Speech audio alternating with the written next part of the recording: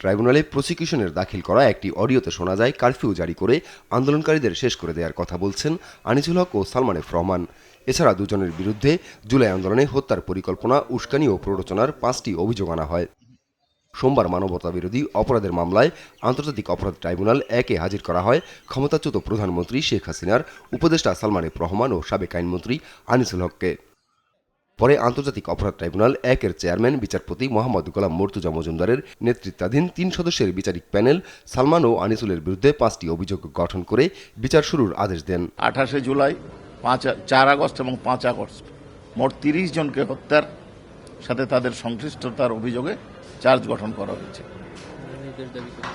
তারা নির্দোষ দাবি করে বিচার চেয়েছেন এবং আগামী 10 ফেব্রুয়ারি বিচারের দিন ধার্য হয়েছে। এদিন কাঠগড়ায় দাঁড়িয়ে নিজেকে নির্দোষ দাবি করেন সালমান ও আনিসুল। সুষ্ঠু তদন্তের দাবি জানান তারা। তাদের আইনজীবীর দাবি, টেলিফোন কথোপকথনগুলো ছিল এআই জেনারেটেড। ওনারা তো আসলে কোনো সুপিরিয়র কমান্ড পজিশনে ছিলেন না এবং টেলিফোন কনভারসেশন যেটা এখানে রেফার করা হয়েছে, ওনারা বলেছেন যে ওনারা কখনোই এই ধরনের কোনো কনভারসেশন করেন নাই। আর যে এলিগেশনগুলো আনা হয়েছে এখানে ওনাদের বিরুদ্ধে কোনো ইনক্রিমিনেটিং কোনো এভিডেন্স নেই।